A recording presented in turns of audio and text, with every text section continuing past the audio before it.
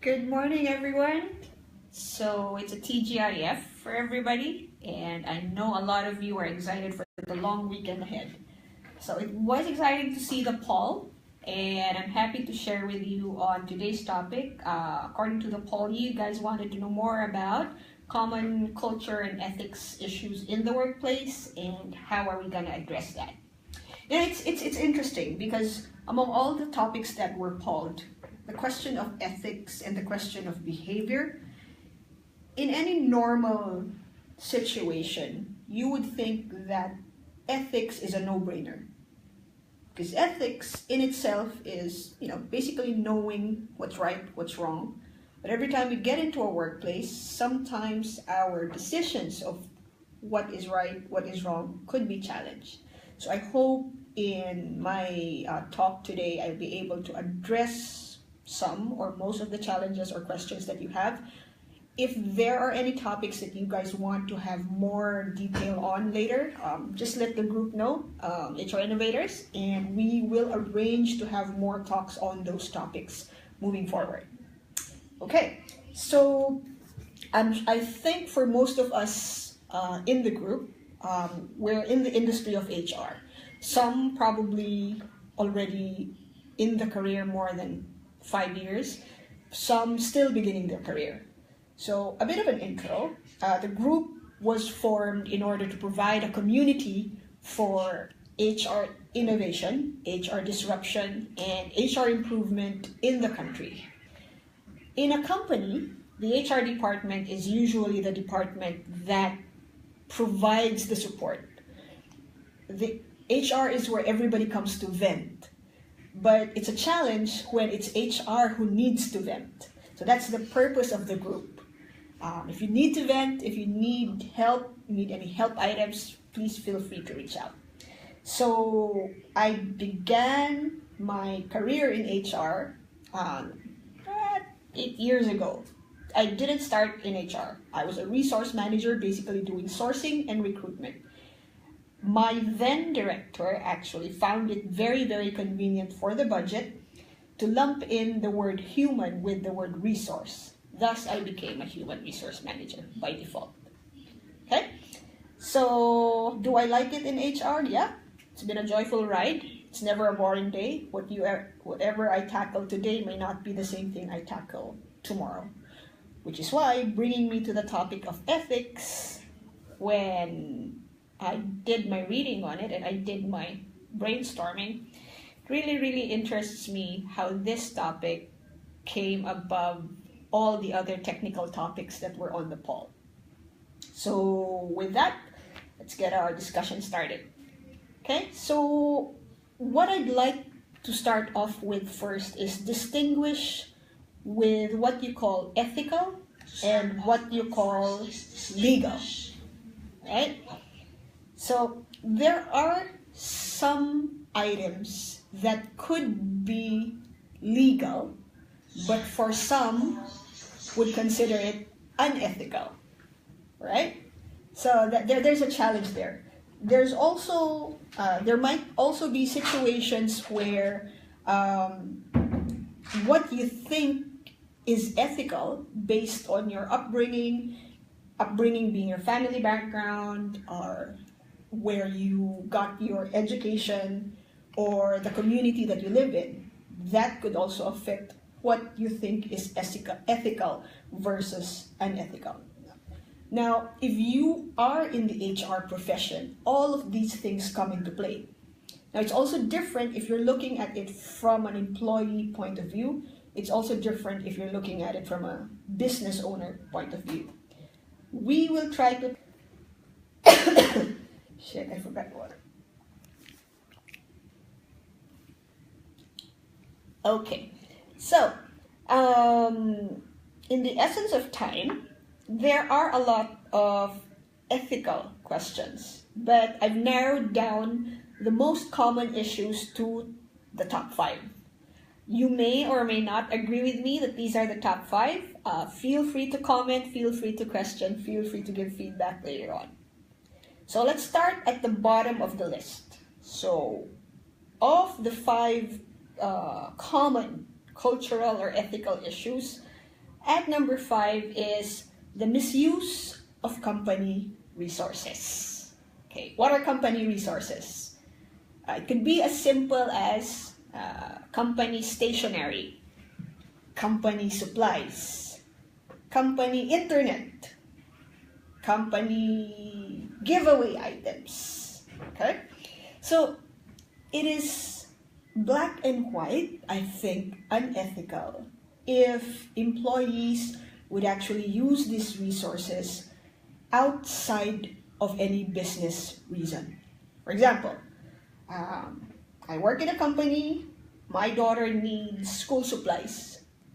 So instead of me buying school supplies, I go into the stockroom, take out 5 notebooks, 5 ball pens, 1 rim of bond paper, and a couple of manila envelopes. I'm sure admin won't notice, right? It's not much of an issue if you're talking about just one person doing that in a head count of, say, 100. But let's scale that. Let's scale that instance of a very simple instance of taking home office supplies. Let's scale that in a head count of 10,000 and 100 people doing that. Not once, not twice, but regularly. So you multiply the costs, right? If it has to be very black and white, guys, in a way, that's, in simple words, theft. We may justify it as, well, it's a very small amount compared to what the company has in terms of net worth.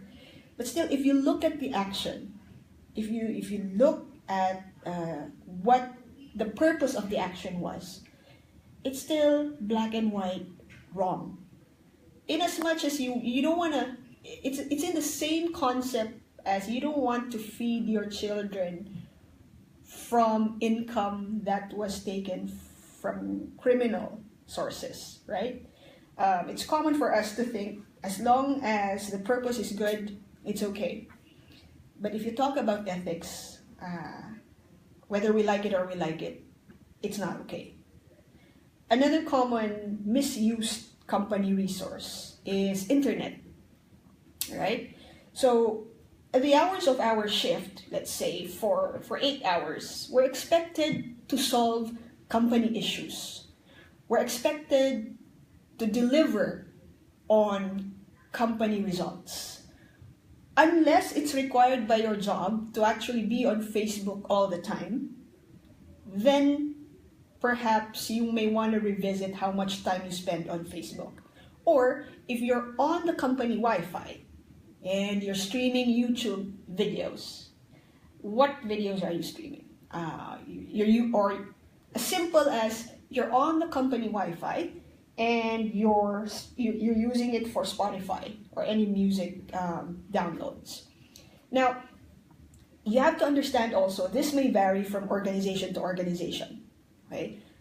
For startups, for example, the organization I'm connected with right now, Sprout Solutions, has a very, very dynamic culture. So you do not violate company policy if you're on Spotify while you work, or if you're on Facebook while you work.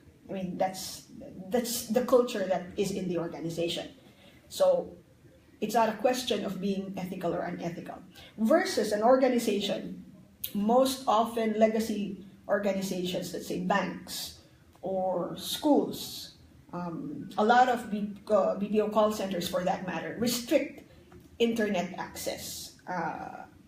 Most IT departments would say they restrict that because they protect bandwidth, right? So if that's how the organization operates and you are aware of that, then you may want to rethink the actions that you do in terms of internet usage, okay? What's another commonly misused company resource? I'll tackle that as number 3. Before we go there, I'll put in number 4. So we have number 5, the misuse of company resources. Number 4, integrity and the falsification of documents. In my years of working in HR, what do I think is the most commonly falsified document? You guys make a wild guess. Among all the things that an employee submits to us in HR, the most commonly falsified document is the medical certificate. Whew. Yeah. Especially with those with an HMO, right? In as much as doctors have sworn the Hippocratic oath of giving assistance, like it or not, a medical certificate has become very easy to obtain for 200 or 300 pesos to as high as 500 pesos. It's a requirement in HR for most cases that if your absence goes longer than 1 day, you are required the medical certificate. Another situation comes in when you have a doctor in the family. The aunt of a friend of a friend of a friend is a general MD, or the uncle of a girlfriend's friend is a general practitioner, right? The question there would be, when employees submit a medical certificate that cannot be verified, right? It's no longer a question of just documentation. It's a question of the employee's integrity.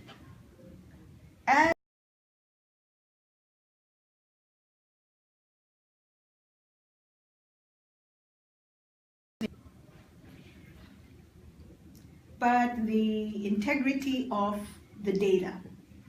So a falsified medical certificate can actually be a ground for termination if proven. There is a clause in the labor law that says any false document submitted by an employee is ground for fraud. Okay? In a case where you have falsified medical certificates, you bring into question the employee with the backup data of verifying with the medical practitioner on the details of the medical certificate and verifying if they were required to be on bed rest or whatever isolation or whatever medical instances that were needed.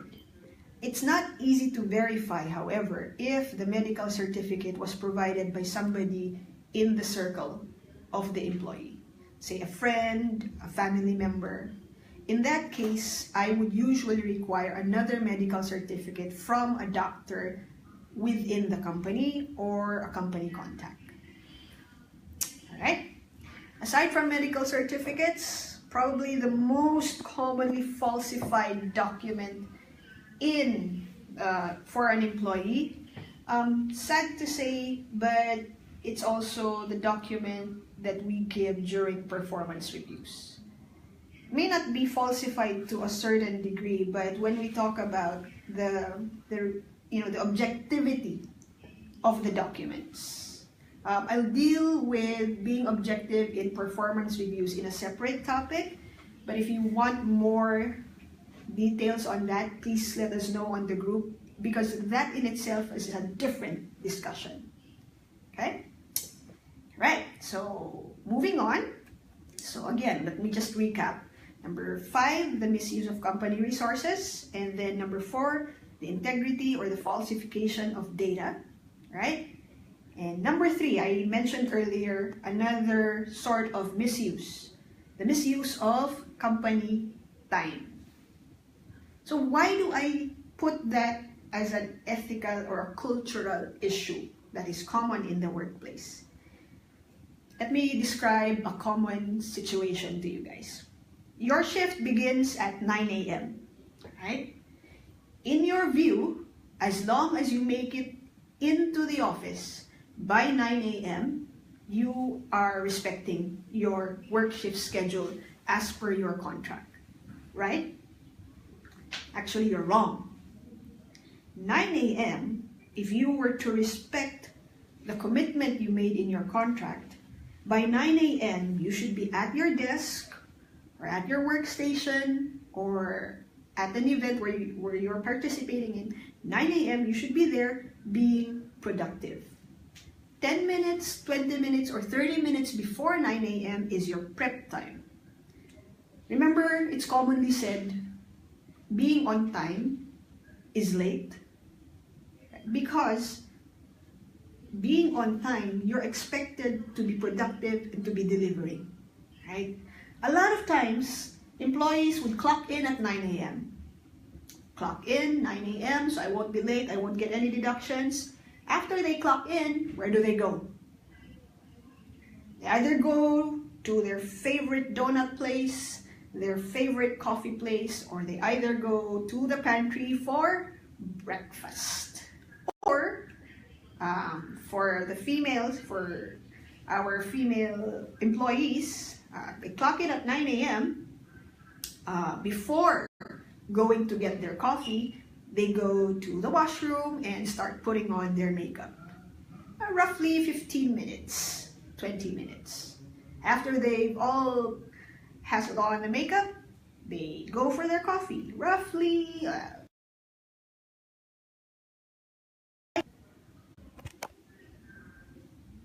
so makeup, coffee adds up to almost 35 minutes. So imagine if in a head count of 100, equal distribution of male and female, 10 females actually do that practice every day. So 35 times 10 times 5 days a week. Imagine the losses for the company or as a business. Question, is it ethical, unethical? I would say it is unethical because you are violating the terms of an agreement. Downright unethical, downright unprofessional. But like, such a simple thing. I can always extend my hours or my minutes later. Like it or not, guys, that's the excuse we give ourselves. That's the excuse that we use to justify. When you look at it, the company entrusts us to make use of the time we commit to contribute and address the issues based on our roles. And whether we like it or we like it, if we do a measurement on a daily basis, would you think you really make up for those 35 minutes lost every day, all day, every time? Pretty much, if you did the math, you'd probably see that it all just doesn't add up. Okay. Another way of misusing company time. For those of us who operate on a flexible shift schedule, right? With full respect to my colleagues who are on the flexible shift, no bias there. Those of us in the flexible shift are not bound by an 8 to 5 or 9 to 6 for as long as we deliver on results, right? But there is no way that, or usually there is no way for a supervisor, a team manager, or HR to actually check if you've delivered or you've actually been where you're supposed to be in those hours in a flexi shift, right? A perfect example here would be if you work in a design team, right? Advertising team. These are roles that are not strictly bound by an 8 to 5 or 9 to 6. Creative people, you put them in a box, they will retaliate. They need that flexibility. From the perspective of an employee, you just have to make sure that you're worth your 8 hours of time. Because by your contract, ladies and gentlemen, the moment you sign an employment contract, you have committed to the company 8 hours productive work daily. So the moment you misuse that time for personal issues or personal errands, whether, again, it's a favorite phrase I use, whether we like it or we like it, it's just not right. Either when you look at it from an HR perspective and from a business perspective, it does not add up. How let's say, at what situation does this, or at what level does this become critical, being unethical? If this behavior, let's go back to my example earlier of, an employee clocking in on time, 9 a.m., but goes to the pantry or to the washroom for the first 35 minutes. If that behavior recurs every day, every week, every month, quarter over quarter, and it begins to impact the company or the employee's productivity, that already borders on high-level professional ethics, or the violation of professional ethics. I could give a lot of examples specifically on this issue. Again, in the essence of time, if you wish to have more examples on it or more discussions on the specific examples, please feel free to reach out to the group, and we'll definitely give you the resources that will help you address those. Okay? So number 5, misuse of company resources. Number 4, integrity and the falsification of data. Number 3, the misuse of company time. All right. Number 2, and a lot of you would probably be nodding your heads that this is my number 2. It would be abusive behavior. Right?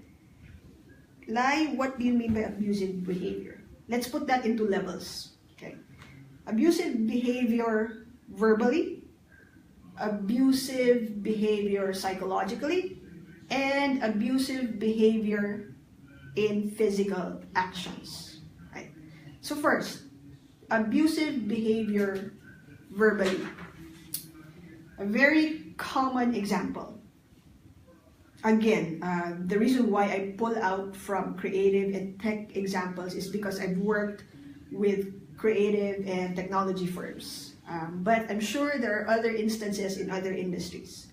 So let's say in a software development firm where 80% of the software engineering team would be male and roughly a minimum of 20% female, it's normal to hear developers or engineers crack jokes that borderline can be defined as green jokes or sexually insinuating jokes, right? Boys will be boys.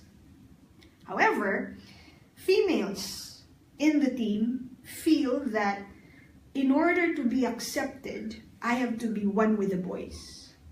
I have to, the common Filipino practice of kailangan kong makisama, right? Because I'm the minority in the group. Okay, so how much you tolerate that behavior or that instance will determine if it's unethical or ethical for you as a person. Okay, the ethical climate or the ethical atmosphere of a team or of a company is determined by what level of tolerance the company or the team gives to certain actions. For example, we go back to that instance of green jokes, sexually insinuating jokes in a team mostly of males, right?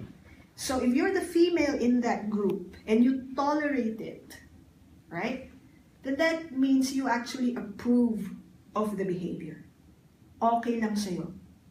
Now, if you feel uncomfortable with that joke or with those kinds of conversations, then the first thing that you would need to do is to talk directly with whoever made the joke, right? It's not about confrontation, because I believe there's always a better way of saying things.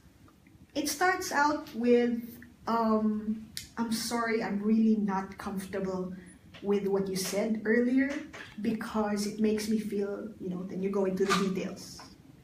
But what if you're the kind of person who cannot be direct? You can't really open up or instigate a conversation directly with the person. What else can you do? All right, you have to know your company's escalation process, right? So you go, if you can't go to the person directly, you go to the person in charge of the team, the lead or the manager. If the issue is the lead or the manager, who do you go to? If there's any other higher manager than in that escalation process, then you go to the higher level. If those levels do not address your issue, okay, then you go to HR or people operations or the department that actually handles personnel issues. Either way you look at any escalation process, it will always begin with making the other person aware that you were uncomfortable with the behavior. Because I've always believed that the lesser people you involve in the situation, the better you'll be able to address it. For example, if you can talk directly to the person who made that remark that made you uncomfortable, and you can come to an agreement, you can come to an understanding, then chances are he will continue to make that joke probably, but he won't do it in your presence, right? Other than male or female situations, one common situation also of abusive behavior is if points of religion or ethnicity or race come into view or are made the topic of jokes. For example, I come from the north, actually. So I'm from Mountain Province, and a common joke or a common misconception that's been made into a joke about the people from up north is that, hey Lai, I heard that you're from the north. Yeah, I'm from Mountain Province. I'm an Igorot, 100%. Oh, you're an Igorot. Why don't you have a tail? Or why aren't you dark-skinned? Or why is your hair straight? And then they laugh. Oh, I'm just kidding. So, at a certain point, I have to admit, I've tolerated that because I've heard it so many times. But if you think about it, that's in a way verbally abusive, right? Usually when I come across those kinds of jokes, the lesser people involved, the better. I directly talk to that person. If after talking to that person, the issue is not resolved, then yes, I escalate, okay?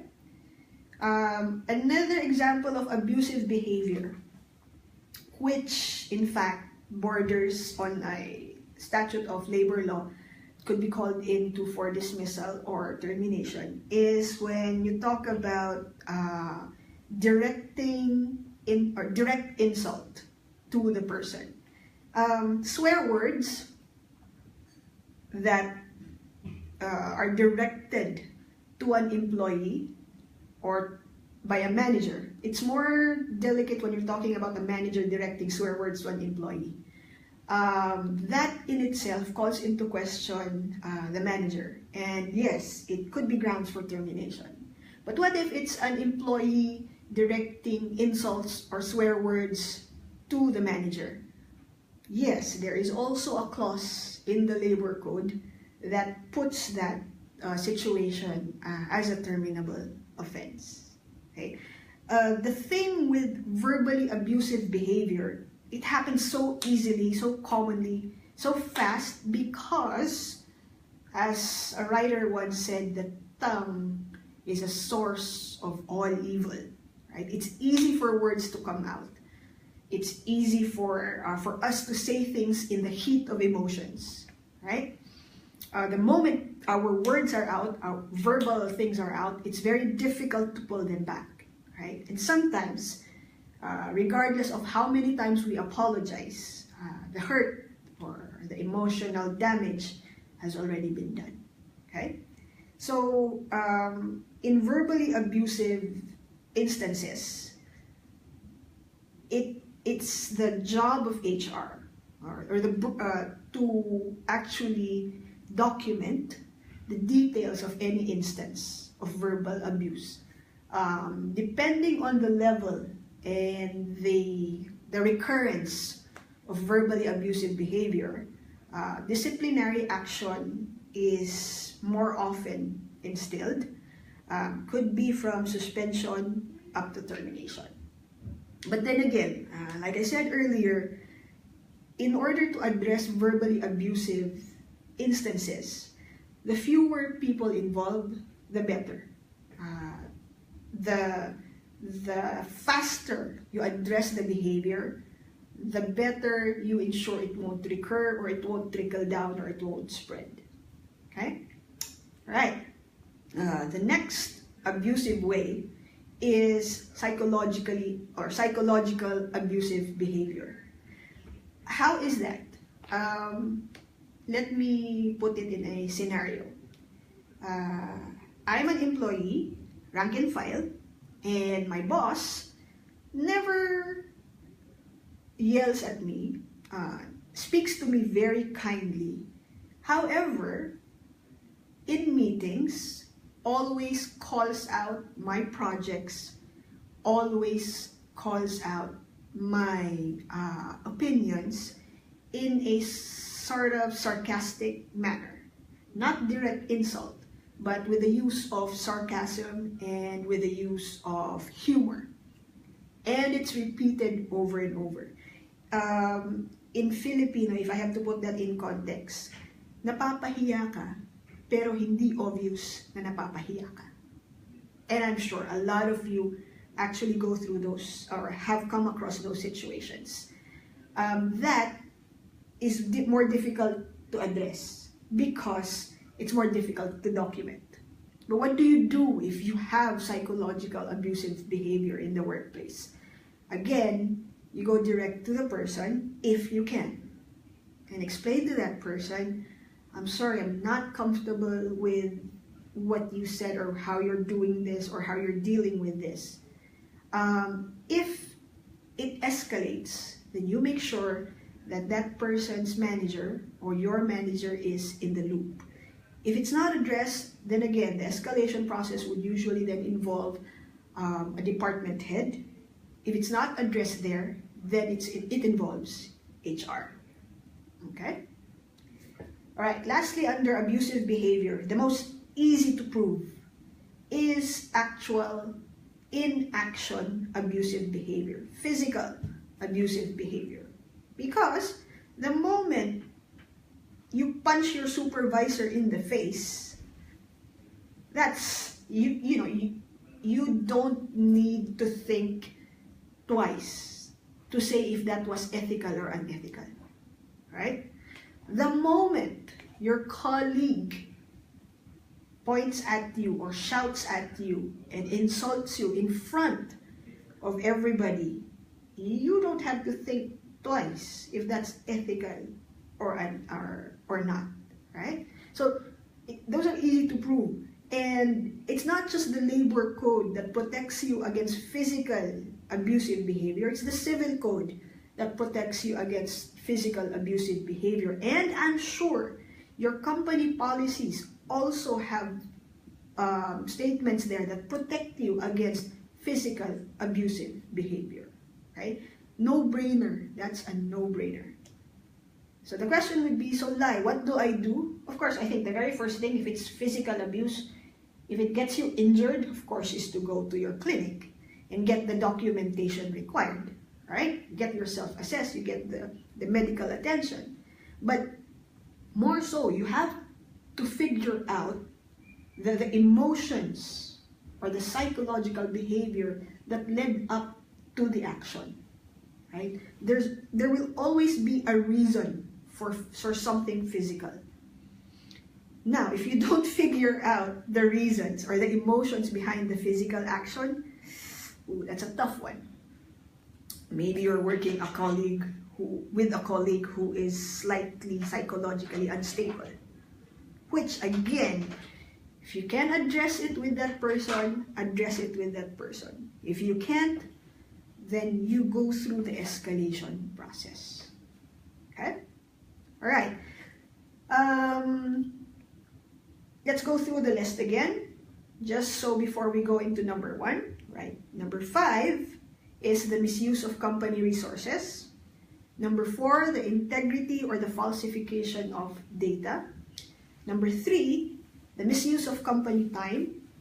And number 2, abusive behavior, categorized into 3, psychological, physical action, and verbal. Now, number 1, and I'm not sure if a lot of you will agree or disagree with my number 1 as the common culture and ethical issue in the workplace. Okay, number 1 on my list would be gossiping or rumor mongering, or our beloved Filipino word, chismis. Okay, what is chismis? What is gossiping? Come on, guys. I don't need to define that for you. It's a favorite pastime. Sometimes we use it as a way to vent, right?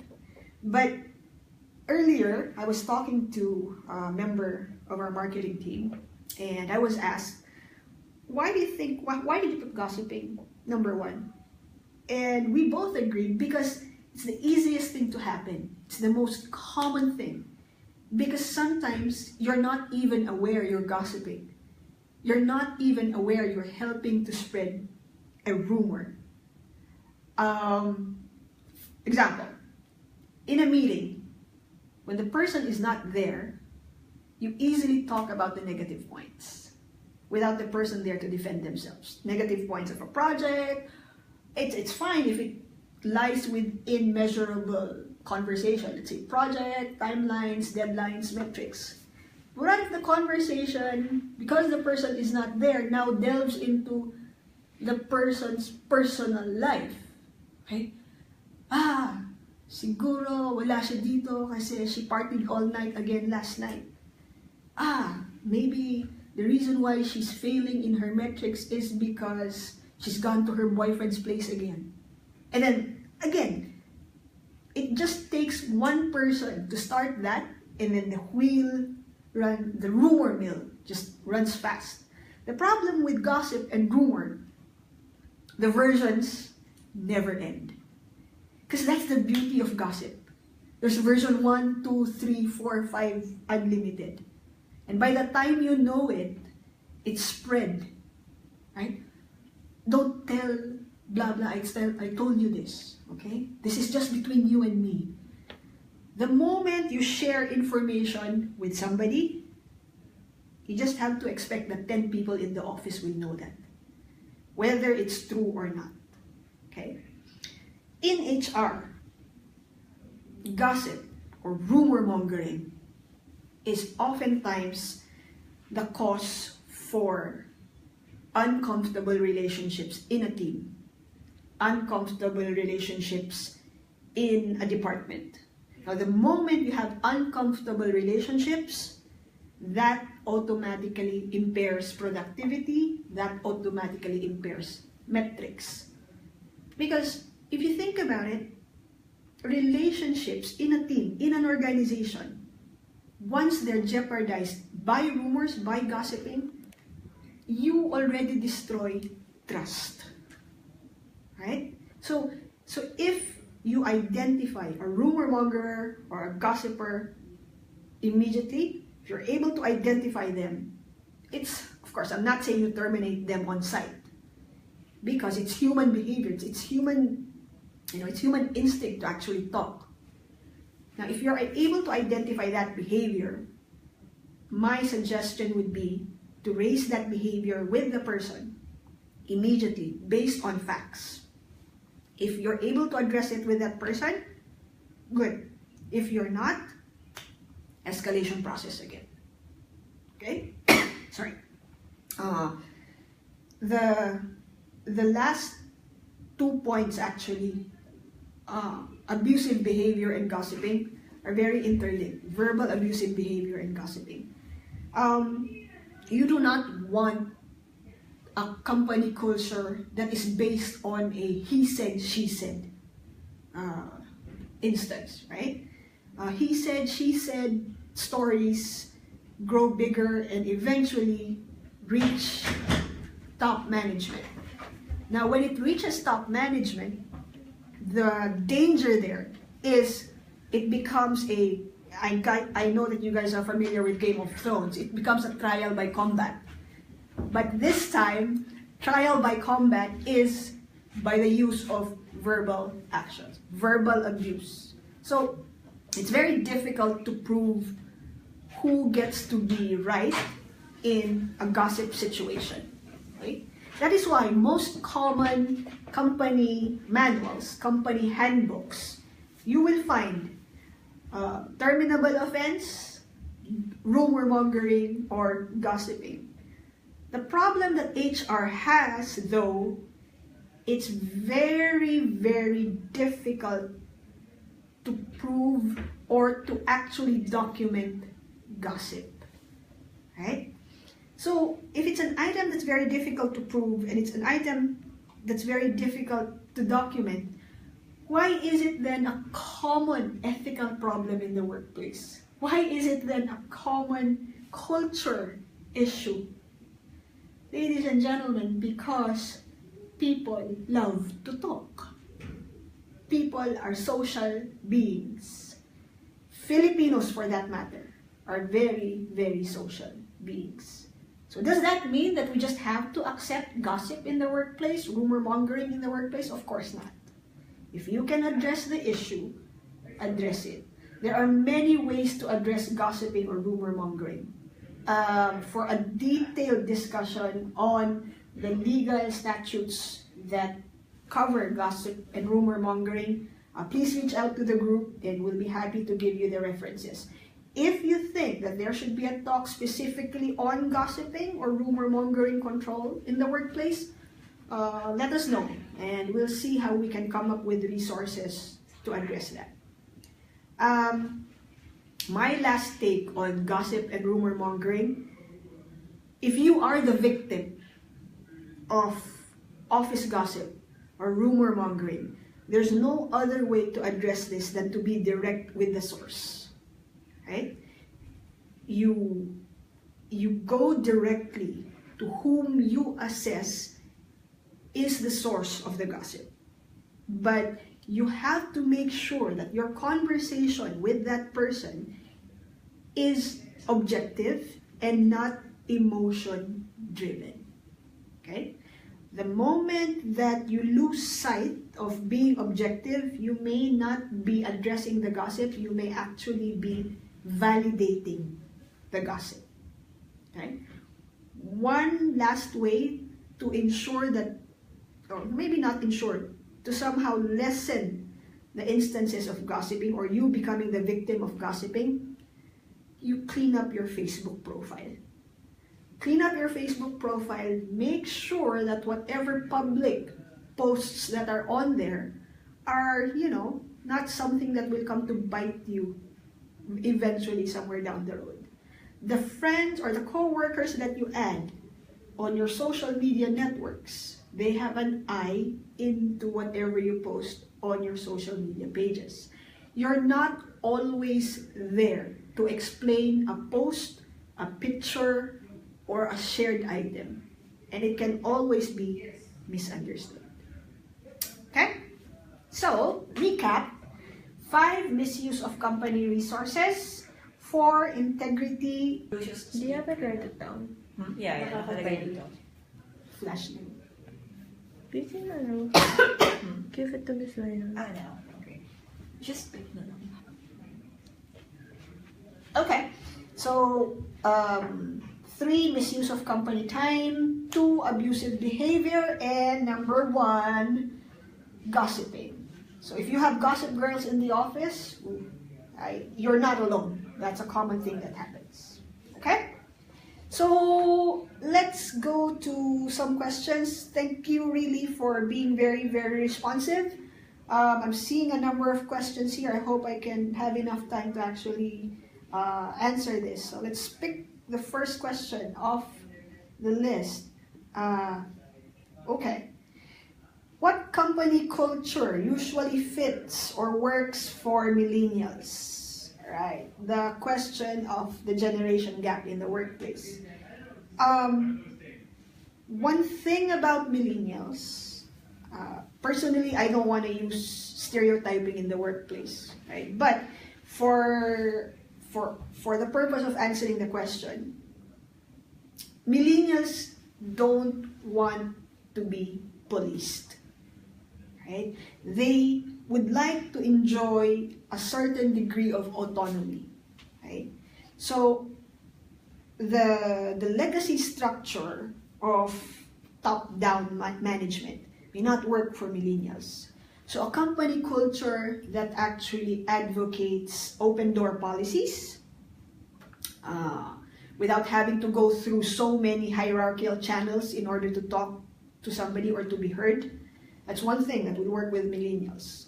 The company culture that measures on results instead of hours clocked in, right? That's one thing that will also work with millennials.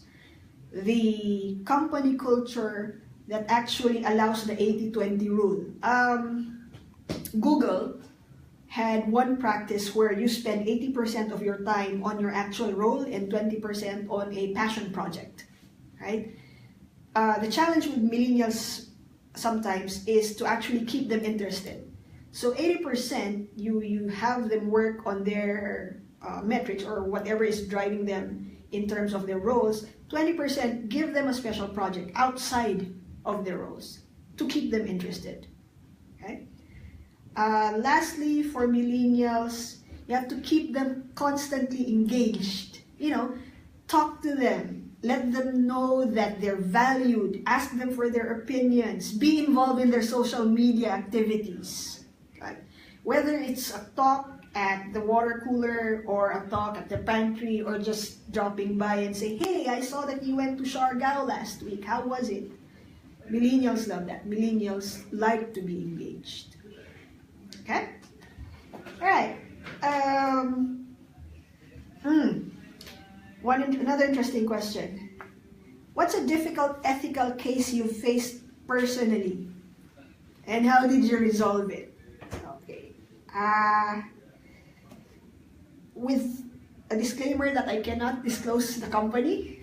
All right? I was put into a situation where I had to submit a document attesting to an activity or to an unethical activity of a very close friend.